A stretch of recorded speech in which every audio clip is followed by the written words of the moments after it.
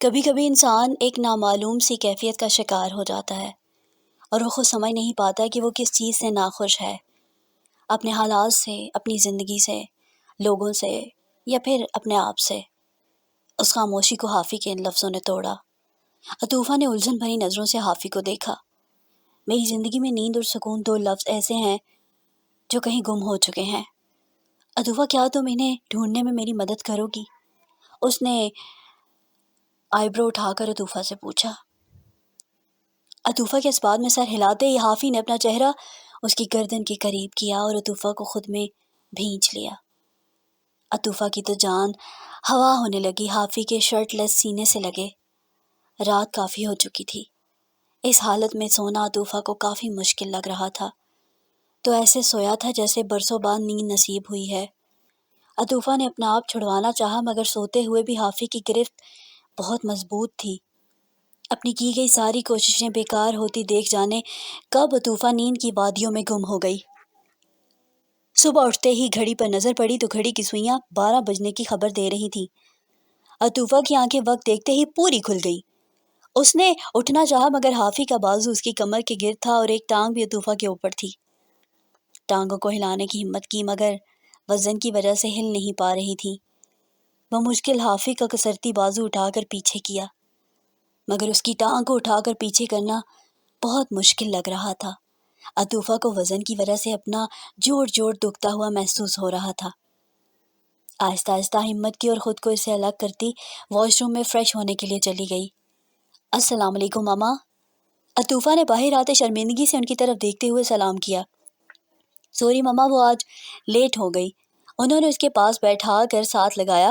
کوئی بات نہیں، دیر سویر تو ہو ہی جاتی ہے۔ کل فنکشن کی وجہ سے تھک بھی تو گئے تھے۔ اچھا ہوا آپ نے کچھ وقت آرام کر لیا۔ انہوں نے مسکرا کر عطوفہ کو دیکھا۔ عطوفہ بھائی نہیں آئے؟ دعا نے پوچھا۔ نہیں، وہ بھی سو رہے ہیں، عطوفہ نے جواب دیا۔ حافی تو فجر کی نماز ادا کرنے کے بعد کبھی نہیں سویا، اتنی دیر تک کیسے سویا ہوا ہے؟ اس کی طبیعت تو ٹھیک ہے؟ سعدیہ بیگم نے فکر مندی سے پوچھا۔ جی ٹھیک ہے، شاید تھکے ہوں، عطوفہ نے کہا۔ عطوفہ، آج میں اور مومن بھی واپس جا رہے ہیں، دعا نے اسے بتایا۔ اتنی جلدی بھی کیا ہے، بھی کچھ دن تو رک جاؤ نا، عطوفہ نے دعا کے ساتھ لگتے ہوئے کہا۔ آؤ کچن میں چلتے ہیں، ہم سب نے ناشتہ کر لیا ہے۔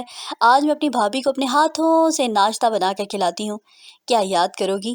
کتنی اچھی نند ملی ہے، دعا نے فخریہ انداز میں کہتے اسے دیکھا اور وہ دونوں کچن کی جانب بڑھ گئیں۔ شام کے 5 بج چکے تھے۔ عطوفہ دیکھو، بھائی ابھی تک روم سے باہر نہیں آئے، ان سے ملنے پھر ہمیں گھر کے لیے بھی نکلنا ہے۔ عطوفہ نے روم میں آ کر دیکھا حافی ابھی تک سویا ہوا تھا۔ کیسے جگاؤں؟ یہی سوچ رہی تھی، حافی کی ٹانگ کو ہلایا مگر وہ ٹس سے مس نہ ہوا، پھر قریب آ کر بازو ہلایا۔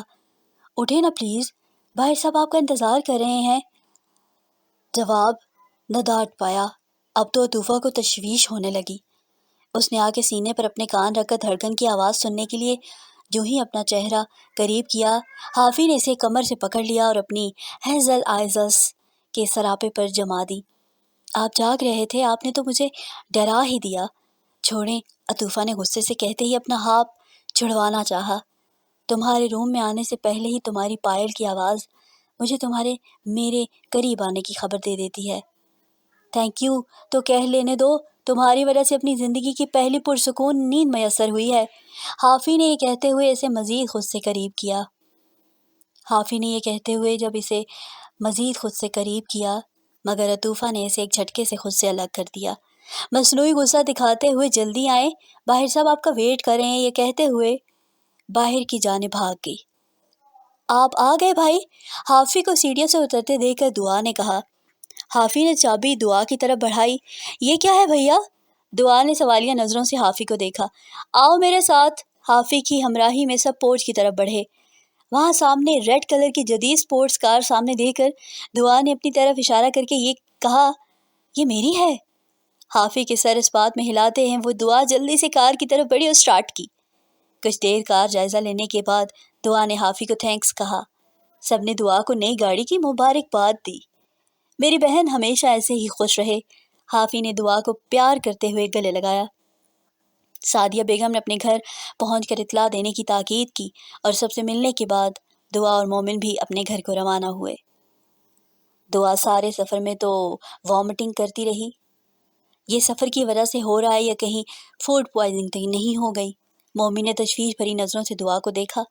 ابھی چلو ڈاکٹر سے چیک اپ کروا لیتے ہیں، پلیز ابھی میں تھک گئی ہوں، کل کروا لیں۔ جملہ مکمل ہونے سے پہلے ہی دعا واش روم کی طرف بھاگی۔ ساری رات اسی کنڈیشن میں کیسے رہو گی؟ ابھی چلو میرے ساتھ۔ مومن نے اس کے شانوں پر چادر اڑا دی اور باہر کی طرف بڑھا۔ دعا کے چیک اپ کے بعد ڈاکٹر نے جو خبر انہیں سنائی وہ ان دونوں کے لیے بہت خوش کن بات تھی۔ دونوں نے مسکراتے ہوئے نظروں سے ایک دوسرے کو دیکھا۔ السلام علیکم، اس نے آتے ہی انہیں سلام کیا۔ آج تو بہت تھک گئی، پہلے یونیورسٹی پھر ہاسپٹل اور راستے میں بیہودہ لوگوں سے نپٹنا کچھ آسان نہیں۔ میں نے تو اپنے بچے کو کتنی بار کہا ہے کہ واپسی پر آپ کو لیتا آؤں گا، پر تم مانتے ہی نہیں۔ بابا، ان جیسے لوگوں سے نپٹنا مجھے آتا ہے۔ آپ ویسے فیکٹری سے اتنا تھک کر آتے ہیں، پھر مجھے لینے آئیں گے تو تھک جائیں گے۔ میں اپنی وجہ سے آپ کو پریشان نہیں کرنا چاہتی۔ وہ عبایا چینج کر کے واپس آئی۔ بہت دیر ہو گئی ہے، آج تو انکل اور آنٹی کو بھوک نہ لگ رہی ہو؟ میں جلدی سے کھانا تیار کر لیتی ہوں، یہ سوچتے ہی کچن میں جا کر کھانا تیار کرنے لگی۔ آج لان میں بیٹھے وہ تینوں مل کر شام کی چائے سے لطف اندوز ہو رہے تھے۔ فون کی بجتی رنگ نے ان کو اپنی طرف متوجہ کیا۔ السلام علیکم ماما۔ وعلیکم السلام، کیسی ہو دعا بیٹا؟ خیر و عافیت سے پہنچ گئے؟ سعدیہ بیگم نے پوچھا۔ جی ماما، ہم دونوں بالکل ٹھیک ہیں، آپ کو کچھ بتانے کے لیے فون کیا ہے۔ جی بتاؤ بیٹا، کیا بات ہے؟ انہوں نے فکر مندی سے پوچھا۔ ماما، آپ گرینڈ مام بننے والی ہیں، اس نے شرماتے ہوئے انہیں بتایا۔ بہت بہت مبارک ہو آپ کو، اللہ پاک آپ کو ہمیشہ اپنی رحمت کے سائے میں رکھیں۔ سعدیہ بیگم نے اسے دعا کے ساتھ مزید اس کی صحت کو لے کر کچھ تاکید کرتے ہوئے فون بند کر دیا۔ حافی اور عطوفہ دونوں مبارکباد کی وجہ بننا چاہتے تھے، پر سعدیہ بیگم کو دیکھتے ہوئے بچے حافی نے پوچھا، کیا ہوا مام؟ اللہ تعالیٰ نے دعا پر اپنی رحمت فرمائی ہے، میری تو اب یہی دعا ہے عطوفہ پر بھی جلدی سے یہ رحمت ہو جائے۔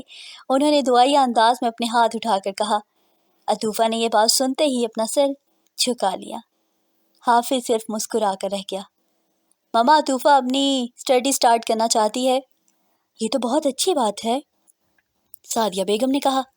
میں نے اسلام آباد کے میڈیکل کالج سے انفارمیشن منگوائی تھی، ابھی لاسٹ سیمسٹر چل رہا ہے، نیو کلاسز سٹارٹ ہوتے ہی میں عطوفہ کا ایڈمیشن کروا دوں گا۔ اس کے ڈاکیومنٹس بھی منگوانے کے لیے کسی کو کہا ہے؟ حافی نے سب تفصیل سے بیان کیا۔ ابھی کلاسز شروع ہونے میں وقت تو ہے۔ ایسا کرو، آپ دونوں کچھ دنوں کے لیے گھوم پھر آؤ، ایک دوسرے کو اچھی طرح سمجھ لو۔ بیٹا، یہی وقت ہے، سیر و تفریح کا پھر کہاں وقت ملے گا؟ سعدیہ بیگم نے ان کی طرف دیکھتے کہا۔ مگر ماما، آفس میں بہت کام پینڈنگ ہے۔ عطوفہ کا اس بارے میں کیا خیال ہے؟ حافی نے اس کے چہرے پر تلاشنا چاہا، مگر جھکے چہرے سے کوئی اندازہ نہ کر پایا۔ کیسی ہیں آنٹی آپ؟ اس نے قریب کی میز پر سوپ کا بادل رکھتے ہوئے پوچھا۔ انہوں نے آنکھوں سے ہی سے اپنے ٹھیک ہونے کا بتایا، کیونکہ بولنے سے آواز میں لڑکھڑاہٹ پیدا ہوتی تھی اور تکلیف بھی محسوس کرتی تھی۔ انکل، میں آپ کے لیے بھی کھانا لائی ہوں، اس نے بہت پیار سے انہیں بتایا۔ آج میں اپنے ہاتھوں سے آنٹی کو سوپ پلاؤں گی۔ اس نے سوپ سے بھرا چمچ ان کی طرف بڑھایا، آنسو ان کی آنکھوں سے بہنے لگے۔ آج اس کی طرف دیکھتے ہوئے انہیں اپنی بیٹی کی یاد شدت سے آئی۔ حافی کے لیے یہ ویک بہت مصروفیت بھرا تھا۔ اس نے سارے پینڈنگ کام مکمل کیے اور آج فری ہو کر آفس سے واپسی پر عطوفہ کے لیے شاپنگ کرنے کے بعد گھر لوٹا۔ حافی نے آتے ہی شاپنگ بیگز عطوفہ کو تھمائے۔ یہ سب کیا ہے؟ میرے پاس پہلے ہی اتنا کچھ ہے، اس نے حافی کو دیکھتے ہوئے کہا۔ ہماری ٹکٹس کنفرم ہو چکی ہیں، صبح ہی ہم دونوں ہنی مون کے لیے سوئٹزرلینڈ جا رہے ہیں۔ عطوفہ نے یہ سنتے ہی نظریں پھیری۔ میں تو گرم کپڑے لایا تھا، شاید وہاں کام آئیں۔ کوئی بات نہیں، اگر تم میرے ساتھ نہیں جانا چاہتی تو حافی اٹھ کر اس کے قریب آیا۔ نہیں، ایسی تو کوئی بات نہیں ہے، عطوفہ نے گھبرا کر کہا کہ کہیں وہ ناراض نہ ہو جائے۔ سعدیہ بیگم سے دعائیں لی، آج وہ دونوں سوئٹزرلینڈ جانے والے پلان میں موجود تھے۔ حافی نے آگے ہو کر عطوفہ کی سیٹ بیلٹ باندھی۔ مجھے بہت ڈر لگ رہا ہے، میں نے کبھی پلین کا سفر نہیں کیا، عطوفہ نے اسے بتایا۔ میں ہوں نا تمہارے ساتھ، تمہیں کچھ نہیں ہونے دوں گا، فکر مت کرو۔ حافی نے اس کے دونوں مخملی ہاتھ تھام کر اسے تسلی دی اور عطوفہ کو باتوں میں الجھانے لگا اور اس کی پسند ناپسند پوچھنے لگا۔ کچھ دیر بعد عطوفہ نے سیٹ کی پشت پر اپنا سر رکھ کر آنکھیں موند لیں۔ مگر حافی کا ہاتھ تھامے رکھا تھا ڈر کی وجہ سے۔ سوئٹزر لینڈ کی ایک جگہ زرمیٹ میں میتھرن ماؤنٹین کے نیچے الپائن ریزرٹ میں حافی نے سویٹ بک کروا دیا رکھا تھا۔ یہ جگہ ہنی مون کپلز کے لیے پرفیکٹ تھی۔ حافی عطوفہ کو اپنے ساتھ لیے اپنے روم میں آیا۔ عطوفہ نے روم کے ٹیرس سے باہر کا نظارہ دیکھا تو مبہوت رہ گئی۔ برف سے ڈھکے خوبصورت پہاڑ اور یہاں کا حسین موسم، ایسا لگ رہا تھا کسی بھی وقت سنو فال شروع ہو سکتی ہے۔ ایسا دلکش منظر آج پہلی بار یوں دیکھا تھا۔ ایک دن آرام کرنے کے بعد آج عطوفہ اور حافی زرمٹ گھومنے باہر آئے تھے۔ سامنے نظر آتے گلیشیئرز نے ماحول کو فسوں خیز بنا رکھا تھا۔ ایریل ٹرام وے پر نظر پڑتے ہی عطوفہ نے اس کے جانب اشارہ کیے۔ حافی کو متوجہ کیا، مجھے اس میں سیر کرنی ہے۔ عطوفہ کی نظروں کے تعاقب میں دیکھتے ہی حافی نے عطوفہ کا ہاتھ تھامے اسی جانب بڑھنے لگا۔ ٹرام وے میں اونچائی سے سب محسوس کرنا بہت خوبصورت احساس تھا۔ کچھ لوگ یہاں سے اسکیٹنگ کرتے نظر آ رہے تھے۔ حافی، مجھے اسکیٹنگ بہت پسند ہے، اس نے حافی کو بتایا۔ اگر کرنے کو دل جا رہا ہے تو چلتے ہیں۔ نہیں نہیں، مجھے بس قریب سے دیکھنا ہے، مجھے بہت ڈر لگتا ہے، میں یہ نہیں کر سکتی، اس نے گھبراتے ہوئے بتایا۔ برف ہر طرف بکھری ہوئی تھی۔ عطوفہ ہاتھ سے گلوز اتارے برف اکٹھا کیے سنو مین بنانے لگی۔ حافی کی آواز پر وہ اس کی جانب متوجہ ہوئی۔ آج عطوفہ نے حافی کی فرمائش پر گرے لانگ سکرٹ اور ریڈ شرٹ پر بلیک فر والا کوٹ پہن رکھا تھا۔ حافی نے ہاتھ میں موبائل پکڑے عطوفہ کو انگلی کے اشارے سے اپنے پاس بلایا۔ دیکھو کتنا خوبصورت نظارہ ہے، یہاں پر کوئی نہ ہماری کوئی یادگار سیلفی ہو جائے۔ عطوفہ کے پاس آتے ہی حافی نے فون کا کیمرہ سیلفی موڈ پر کیا۔ اب آپ سیلفی کیوں نہیں لے رہے؟ جب کچھ دیر بعد بھی حافی نے سیلفی نہیں لی تو اس نے کہا، یار اسپیشل جگہ ہے، تصویر بھی اسپیشل ہونی چاہیے۔ عطوفہ نہ سمجھی سے حافی کو دیکھا۔ حافی نے مسکراتے ہوئے اپنی گال پر انگلی رکھ کر اشارہ کیا، پھر ہی میں تصویر لوں گا۔ عطوفہ نے حافی کے گال میں پڑے ڈمپل کو دیکھ کر شرماتے ہوئے کہا، پہلے آپ آنکھیں بند کریں۔ آنکھیں بند کروں گا تو تصویر کیسے لوں گا؟ اس نے الجھن بھری نظروں سے دیکھا۔ اوکے، ایسا کرتے ہیں، میں موبائل ویڈیو موڈ پر کر دیتا ہوں۔ حافی نے موبائل ویڈیو موڈ پر کرتے ہی اپنی آنکھیں بند کی۔ عطوفہ کا دل بری طرح کانپ رہا تھا۔ اپنی پہلی پیش قدمی پر دل پر مشکل قابو پا کر اپنے لب حافی کے گال میں پڑے ڈمپل پر رکھے۔ ایسا کرتے اسے بس ایک لمحہ ہی لگا، پھر شرم سے دونوں ہاتھوں سے اپنا چہرہ چھپا لیا۔ یہ یادگار منظر اس کیمرے میں ہمیشہ کے لیے قید ہو گیا۔ حافی نے آنکھیں کھولی اور عطوفہ کا یہ شرمایا روپ دیکھ کر نہال ہو گیا۔ اسے شانوں سے تھام کر اپنے ساتھ لگایا۔ آواز میں تمہیں سوئٹزر لینڈ کی سوئس کوزین اور فون ٹیسٹ کرواتا ہوں۔ پھر دونوں ہوٹل کی جانب بڑھے اور مل کر ایک یادگار دن گزارا۔ اگلے دن حافی اور عطوفہ نے شاپنگ کا پروگرام بنایا۔ وہ دونوں یہاں کے مشہور ترین مال میں آئے۔ دعا اور مومن کے لیے گفٹس لیے۔ سعدیہ بیگم کے لیے بھی کچھ خرید کر اب وہ دونوں اپنی شاپنگ کر رہے تھے۔ حافی نے بلیک پینٹ اور بلیک کی خوبصورت ڈیزائن کی شرٹ پسند کی اور ٹرائی کرنے کے بعد چینجنگ روم سے باہر آیا تاکہ عطوفہ کو دکھا سکے۔ یہ ٹھیک ہے یا نہیں؟ عطوفہ نے جب سیلز وومن کو دیکھا جو آنکھیں پھاڑے اس سب کی طرف متوجہ تھی، ان سب کی نظروں کے ارتکاز میں جب عطوفہ نے مڑ کر دیکھا، ان سب کی نظریں حافی پر تھی جو اس وقت بلیک ڈریس میں ملبوس تھا اور بے نیازی سے چلتا ہوا اس کی جانب آ رہا تھا۔ عطوفہ نے غصہ بھری نظروں سے حافی کو دیکھا اور وہاں سے باہر نکل گئی۔ حافی نے جلدی سے پیمنٹ کی تو عطوفہ واپس آ کر تیزی سے چلتی ہوئی اس کے قریب آئی اور اس کا ہاتھ پکڑتے ہوئے غصے سے کھینچ کر مال سے باہر آ گئی۔ عطوفہ کو یوں بلا وجہ یہاں سے اس طرح کرتے دیکھ وہ بھی ساتھ چل دیا۔ عطوفہ کیب میں بیٹھ کر مسلسل آنسو بہا رہی تھی۔ سارا راستہ خاموشی سے گزرا۔ ہوٹل میں آتے ہی عطوفہ اپنے روم میں چلی گئی اور حافی گاڑی سے سارا سامان نکالنے لگا۔ رات ہو چکی تھی۔ عطوفہ نے آتے ہی اپنے شوز، کوٹ، گلوز سب اتار پھینکے۔ ڈریسنگ سے ہاتھ مار کر ساری چیزیں نیچے پھینکی ہوئی ٹیرس میں آ گئی۔ حافی نے جب آ کر روم کی حالت دیکھی تو سب کچھ بکھرا پڑا تھا۔ عطوفہ ٹیرس میں کھڑی تھی۔ باہر سنو فال شروع ہو چکی تھی۔ ٹھنڈک مزید بڑھ گئی اور عطوفہ ایک شرٹ اور سکرٹ میں بنا کسی شال کے وہاں کھڑی آنسو بہا رہی تھی۔ کیا ہوا، کچھ بتاؤ گی بھی؟ حافی نے اس کے قریب آ کر پوچھا۔ آپ کو کس نے کہا تھا اتنا تیار ہونے کو اور وہ بھی بلیک کلر پہننے کو؟ اس نے ہچکیوں میں بات کی۔ حافی کو ابھی تک یہ بات سمجھ نہیں آ رہی تھی کہ وہ کس وجہ سے ایسا ریئیکٹ کر رہی ہے۔ میں تو تمہارے پاس ہی آ رہا تھا کہ میں یہ خرید لوں یا نہیں۔ مجھے کب دکھا رہے تھے؟ وہاں موجود سب لڑکیاں جو آپ کو گھور کر دیکھ رہی تھیں انہیں دکھا رہے ہوں گے۔ حافی اپنے آپ پر لگے اس الزام پر تل ملا کر رہ گیا۔ یہ ناانصافی ہے میرے ساتھ۔ اس نے اپنے دونوں ہاتھ ٹیرس سے لگی عطوفہ کے دونوں جانب رکھے۔ تیرے عشق سے پہلے مشہور تھی انائے میری، مجھے کسی کی نظر کی کوئی پرواہ نہیں۔ تم نے میری آنکھوں میں اپنے عکس کے علاوہ کچھ اور دیکھا؟ حافی نے آئی بروز گاتے ہوئے اس سے پوچھا۔ آئی ایم ون وومن مین، بشر حافی از جسٹ یورز۔ اندر چلو، یہاں بہت ٹھنڈ ہے، بیمار ہو جاؤ گی۔ حافی نے اس کا ہاتھ تھام کر اپنے ساتھ آنے کو کہا، مگر عطوفہ ٹس سے مس نہ ہوئی۔ کہیں تم جیلس تو نہیں ہو رہی؟ حافی نے مسکرا کر اسے دیکھا۔ عطوفہ کی ناک سردی کی شدت سے لال ہو چکی تھی، گلابی لب نیلے پڑ چکے تھے۔ حافی نے اس کے بازو اپنی جیکٹ سے گزارتے ہوئے اپنی کمر کے گرد باندھے اور نیلے لبوں کو اپنے لبوں میں پیوست کیے انہیں حدت پہنچانے لگا۔ حافی کی اس شدت پر عطوفہ جی جان سے لرز کر رہ گئی۔ کچھ لمحوں بعد عطوفہ کے ٹھنڈے گال حافی کی اس گستاخی سے دہکنے لگے تو حافی نے اسے خود سے الگ کیا۔ عطوفہ، ڈو یو لو می؟ حافی نے خمار آلود آواز میں کہا۔ پتہ نہیں، عطوفہ نے جواب دیا۔ یہ پتہ نہیں کو پتہ کب ملے گا؟ حافی نے جھنجھلا کر کہا۔ یہ کہتے ہی عطوفہ بستر پر دراز ہو گئی۔ عطوفہ، حافی نے اسے متوجہ کیا، تمہیں کچھ کہنا چاہتا ہوں۔ جی بتائیں، اس نے کہا۔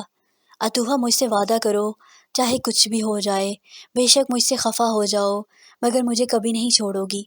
میں تمہارے بغیر ایک لمحہ بھی گزارنے کے بارے میں سوچ بھی نہیں سکتا۔ جب تم مجھے چھوڑ کر غصے میں وہاں سے بھاگ گئی، مجھے ایسا لگا میرے جسم سے کسی نے روح کھینچ لی ہو۔ تم میری نس نس میں سما چکی ہو۔ اگر کبھی تم مجھ سے دور ہو گئی تو یہ سوچ کر میری روح بھی کانپ جاتی ہے۔ تم دھڑکن کر میری دل میں دھڑکنے لگی ہو۔ تمہارے بغیر یہ حافی فنا ہو جائے گا۔ یہ کہتے ہیں حافی نے عطوفہ کا چہرہ دونوں ہاتھوں سے تھام کر اپنے قریب کیا۔ حافی کو اتنا سیریس دیکھ کر عطوفہ نے ماحول کو ہلکا کرنے کے لیے حافی کی گردن پر گدگدانا چاہا، مگر حافی پر کوئی اثر ہی نہ ہوا۔ عطوفہ کی نظر جب حافی کی ہیزل آنکھوں پر پڑی تو اس کی شرارت سمجھ چکی تھی۔ حافی نے اس کے شانوں سے شر سرکائی گدگدانا کسے کہتے ہیں یہ اب تمہیں پتہ چلے گا۔ یہ کہتے ہی حافی نے اپنے لبوں سے جا بجا اپنا لمس ہر حصے پر چھوڑنا شروع کر دیا۔ سینے سے ذرا نیچے کا فاصلہ طے کرتے حافی کو روکنا چاہا۔ حافی، یہ کیا کر رہے ہیں؟ اپنے دونوں ہاتھوں سے بستر کی چادر کو جکڑے ہوئے اپنے احساسات کو کنٹرول کیے حافی سے پوچھا۔ پتہ نہیں کا پتہ ڈھونڈ رہا ہوں۔ حافی نے شرارتی لہجے میں اس کا جواب اس کو لوٹایا۔ آج کی حسین رات نے ان دونوں کی زندگی کو مزید خوبصورت بنا دیا، اور دور کہیں کوئی ستارہ ان کی آنے والی زندگی پر اپنی زندگی کے حسین ترین یادگار دن گزار کر آج حافی اور عطوفہ واپس لوٹے تھے۔ سعدیہ بیگم نے ان دونوں کو آپس میں خوش دیکھ کر دلی سکون محسوس کیا۔ دل ہی دل میں ان کی دائمی خوشیوں کے لیے دعا کی۔ رات کو ڈائننگ ٹیبل پر ڈنر کے بعد سعدیہ بیگم نے حافی اور عطوفہ کو متوجہ کیے اپنا مدعا بیان کیا۔ حافی بیٹا، میں آج آپ دونوں کے فرائض سے سبکدوش ہو چکی ہوں۔ یہاں آپ دونوں ایک دوسرے کا خیال رکھنے کے لیے موجود ہیں، اس لیے میں بنا کسی فکر کے جا سکتی ہوں نہ کہیں۔ یہ کہتے ہی حافی کو دیکھا جو پریشان نظروں سے انہیں دیکھ رہا تھا۔ مگر کہاں مام؟ اس ایریا کی ہی کچھ خواتین جو میری جاننے والی ہیں سب مل کر عمرہ پر جا رہی ہیں۔ میں نے سوچا ہے کہ میں بھی ان کے ساتھ ہی چلی جاؤں۔ یہ تو بہت اچھا سوچا مام آپ نے، حافی نے انہیں دیکھ کر خوشی سے کہا۔ میری بھی خواہش ہے ہم تینوں اگلے سال حج پر جائیں اکٹھے۔ حافی کی بات کے اختتام پر سعدیہ بیگم اور عطوفہ نے مل کر ایک ساتھ کہا، انشاءاللہ، میں آپ کے جانے کے سارے انتظامات کرواتا ہوں۔ یہ کہتے ہی حافی نے اپنا موبائل اٹھایا۔ دن اپنی روٹین سے گزر رہے تھے۔ آج سعدیہ بیگم کو گئے 3 دن ہو چکے تھے۔ کل حافی کی سالگرہ تھی۔ عطوفہ نے سوچا کیوں نہ کل کے لیے کچھ خاص بنائے اور حافی کے لیے کوئی گفٹ بھی خرید لے، مگر حافی تو صبح کا آفس جا چکا تھا۔ کیا کروں سوچتے ہوئے ادھر سے ادھر چکر لگا رہی تھی۔ آئیڈیا! کوئی سوچتے ہی باہر کی جانب بڑھی۔ گیٹ کیپر بھیا آپ کے پاس موبائل ہے؟ عطوفہ نے آ کر اسے پوچھا۔ جی میڈم جی۔ اس نے عطوفہ کو اپنا موبائل فون تھمایا۔ اس میں آپ کے سر کا نمبر ہے تو مجھے ملا کر تو بات کرنی ہے۔ گیٹ کیپر نے نمبر ملاتے ہی عطوفہ کے جانب موبائل بڑھایا۔ تیسری بیل پر کال ریسیو کر لی گئی۔ السلام علیکم، میں عطوفہ بات کر رہی ہوں۔ آپ نے اس نمبر سے کیوں کال کی؟ حافی نے پوچھا۔ تو کس سے کرتی؟ ماما کا موبائل ان کے پاس ہوگا اور میرے پاس ہے ہی نہیں، اس نے اپنی پریشانی بتائی۔ او ہو سوری یار، میرے ذہن میں ہی نہیں رہا، میں آج تمہارے لیے نیو موبائل واپسی پر ضرور لیتا آؤں گا۔ اچھا بتاؤ کال کیوں کی تھی؟ اور اس نے پریشانی سے پوچھا۔ حافی جی پریشان ہونے والی کوئی بات نہیں، میں مارکیٹ تک جانا چاہ رہی تھی، کچھ لینا ہے بس آپ سے پوچھنا تھا، عطوفہ نے کہا۔ میں آؤں گا شام میں تو اکٹھے جائیں گے، پھر جو بھی لینا ہوگا ہم لے لیں گے۔ آپ سمجھتے کیوں نہیں، وہ جو چیزیں مجھے ابھی چاہیے آپ ڈرائیور کو کہہ دیں کہ مجھے لے جائے پلیز پلیز۔ عطوفہ کے اس اصرار کرنے پر اپنے آپ ہی مسکراہٹ اس کے لبوں کو چھو۔ اوکے میں اسے بھیج دیتا ہوں، تم چلی جاؤ۔ تھینک یو سو مچ، اللہ حافظ۔ عطوفہ نے فون بند کرتے ہی اسے پکڑایا اور خود تیار ہونے چل دی۔ کچھ دیر بعد چادر لے کر باہر آئی تو ڈرائیور نے اسے TM کارڈ دیا۔ میڈم یہ سر نے بھجوایا ہے، مؤدب انداز میں کہتے گاڑی کی طرف بڑھا۔ عطوفہ نے مارکیٹ کے باہر ہی گاڑی رکوا دی تھی۔ بھیا آپ یہاں رکیں، میں بس کچھ دیر میں آتی ہوں، یہ کہتے ہی عطوفہ مارکیٹ میں کی طرف بڑھ گئی۔ بہت سی شاپ کا جائزہ لے چکی تھی مگر حافی کے شایان شان کچھ نظر ہی نہیں آ رہا تھا۔ اچھا پہلے کر دوسری ہی لے لیتی ہوں، یہ کہتے ہی آگے بڑھنے لگی تو کسی سے ٹکرائی۔ ہاتھ سے ATM کارڈ جھوٹ گیا اور مقابل کی دوائیاں چند لمحوں کے اس ٹکراؤ سے بکھر گئیں۔ عطوفہ نے جلدی سے نیچے بیٹھ کر ساری دوائیاں اکٹھی کر کے شاپنگ بیگ میں ڈالی تو سامنے کھڑے ساکت وجود کو دیکھ کر جیسے خود میں پتھر آ گئی۔ دونوں کی کیفیت مشترکہ تھی۔ بے یقینی کی اس کیفیت سے نکلتے عطوفہ زور سے ان کے گلے لگی۔ بابا کہتے ہی آنکھوں سے خوشی کے آنسو بہنے لگے۔ ادھر ایاز صاحب کا بھی یہی حال تھا، انہوں نے بھی حیرت اور خوشی کے ملے جلے تاثرات میں اپنی بچی کو کتنے عرصے بعد زندہ سلامت دیکھ کر کہا، تم کہاں کھو گئی تھی؟ تمہیں پتہ ہے میں نے تمہیں کتنا ڈھونڈا، میری ماما کیسی ہیں؟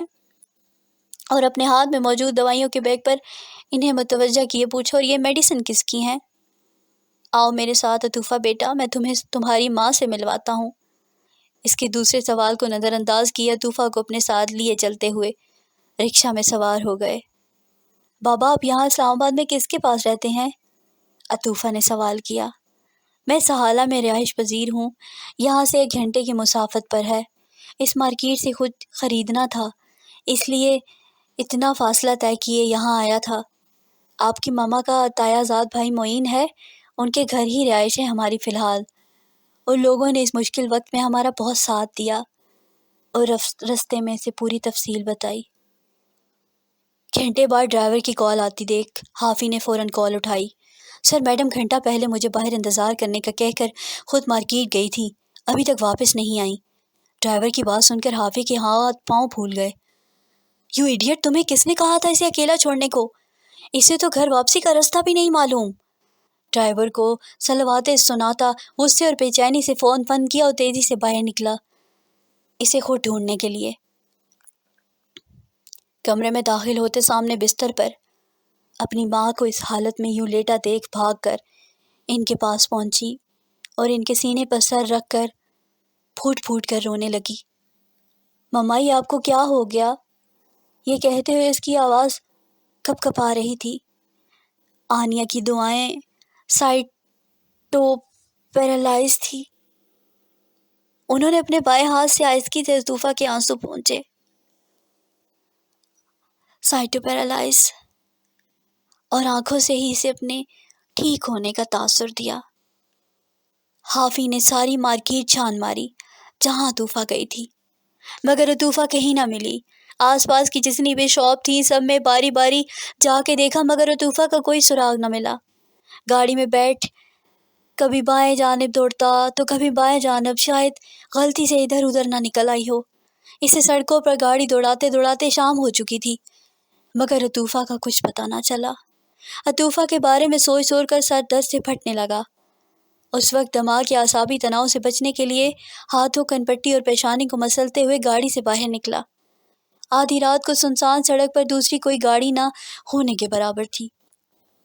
حافی کو اپنا جسم بے جان ہوتا محسوس ہوا۔ ایسا محسوس ہو رہا تھا مزید سانس بھی نہ لے پائے گا۔ عطوفہ، تم نے مجھ سے وعدہ کیا تھا تم مجھے تنہا نہیں چھوڑ کے جاؤ گی، اونچی آواز میں کہتا ہوا عطوفہ سے مخاطب تھا۔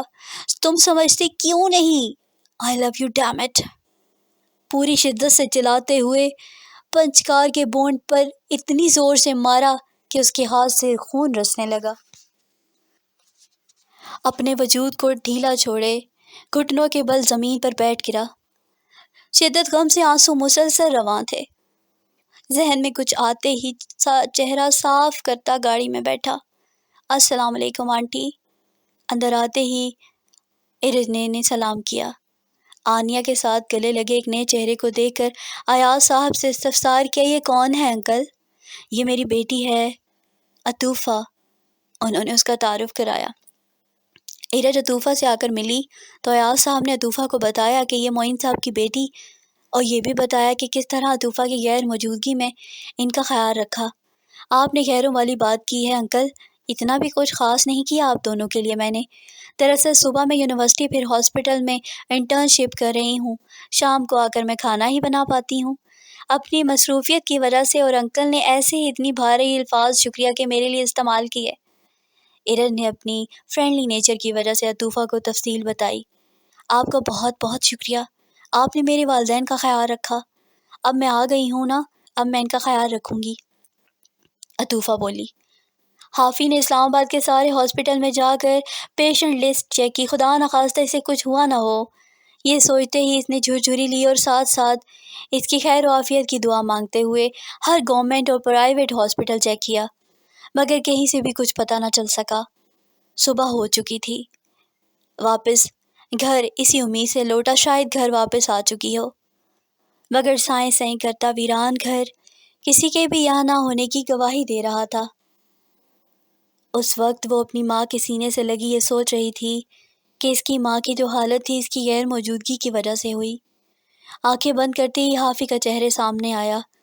اوہ، حافی مجھے ڈھونڈ رہے ہوں گے، میں نے بتایا ہی نہیں اور وہاں سے چلی آئی، واپس کیسے جاؤں گی ان کے پاس؟ کوئی راہ سجھائی نہ دی۔ یہی سوچتے سوچتے اپنی ممتا کی آغوش میں جانے کب نیند کی وادیوں میں کھو گئی۔ صبح جب عطوفہ بیدار ہوئی تو ایاز صاحب نے عطوفہ سے ساری بات پوچھی کہ جائے حادثہ پر کیا ہوا تھا۔ عطوفہ نے انہیں سارا واقعہ بتایا کہ کیسے وہ پل سے نیچے گری، پھر کچھ اوباش لڑکوں سے بچنے کے لیے کس طرح گاڑی میں بیٹھ کر شادی ہال تک اور پھر سعدیہ بیگم کے پاس پہنچی۔ سعدیہ بیگم کی رحمدلی کے بارے میں تفصیل سے بتایا، یہ بھی بتایا کہ وہ انہیں ڈھونڈنے کے لیے لاہور بھی گئیں۔ جب نا امید واپس آئے تو سعدیہ بیگم نے اسے تحفظ دینے کے لیے اپنے بیٹے سے نکاح کروا دیا۔ آخری بات اس نے کچھ جھجکتے ہوئے بیان کی کہ اس نے اپنی زندگی کا اتنا بڑا فیصلہ اپنے والدین کی رضامندی کے بنا ہی کیا۔ عطوفہ بیٹا، پھر ایسی نیک عورت سے مل کر مجھے ان کا شکریہ ادا کرنا چاہیے جنہوں نے میری بیٹی کو اتنا عرصہ اپناتی۔ ایاز صاحب نے عطوفہ کو دیکھ کر اس سے کہا، بابا ابھی وہ عمرہ کرنے گئی ہیں، جب آئیں گی تو پھر ہم چلیں گے، لیکن مجھے تو وہاں کا ایڈریس ہی نہیں معلوم۔ اس نے معصومیت سے کہا، آپ کو وہاں کا فون نمبر تو پتہ ہوگا؟ ایاز صاحب نے پوچھا، نہیں بابا، میرے پاس فون ہی نہیں ہے۔ پریشان ہونے والی کوئی بات نہیں، اللہ پاک کوئی نہ کوئی وسیلہ ضرور بنا دے گا، انہوں نے کہا۔ حافی نے تھانے میں عطوفہ کی گمشدگی کی رپورٹ کروانے کا سوچا، مگر پھر اپنی بیوی کی تصویر کسی غیر مردوں کے حوالے کرنا اس کی غیرت کو گوارا نہ ہوا۔ عطوفہ کے بارے میں سوچ سوچ کر اس کے اعصاب شل ہو چکے تھے۔ اس نے سوچا کسی پرائیویٹ انویسٹیگیٹر سے بات کرتا ہوں۔ اس سے آج کی ہی میٹنگ فکس کی۔ کچھ دیر بعد ہی فون رنگ ہوا۔ حافی نے جلدی سے یہ سوچتے ہوئے فون اٹھایا کہیں سے بھی شاید عطوفہ کے بارے میں کوئی خبر آئی ہو۔ السلام علیکم، اپنے مینیجر کی آواز سن کر سخت بیزار ہوا۔ وعلیکم السلام، کیا بات ہے؟ حافی نے پوچھا۔ سر، آج آپ کی آفس میں ایک امپورٹنٹ میٹنگ تھی، کلائنٹس آفس میں آپ کا ویٹ کر رہے ہیں، اس نے اپنے فون کرنے کی وجہ بتائی۔ میٹنگ کینسل کر دو، کہتے ہی فون بند کر دیا اور پھر ڈرائیور کا نمبر ڈائل کیا۔ ہیلو جی سر، افضل کی مؤدب آواز آئی۔ گاڑی نکالو، باہر میں آ رہا ہوں، یہ کہتے ہی باہر کی جانب بڑھا۔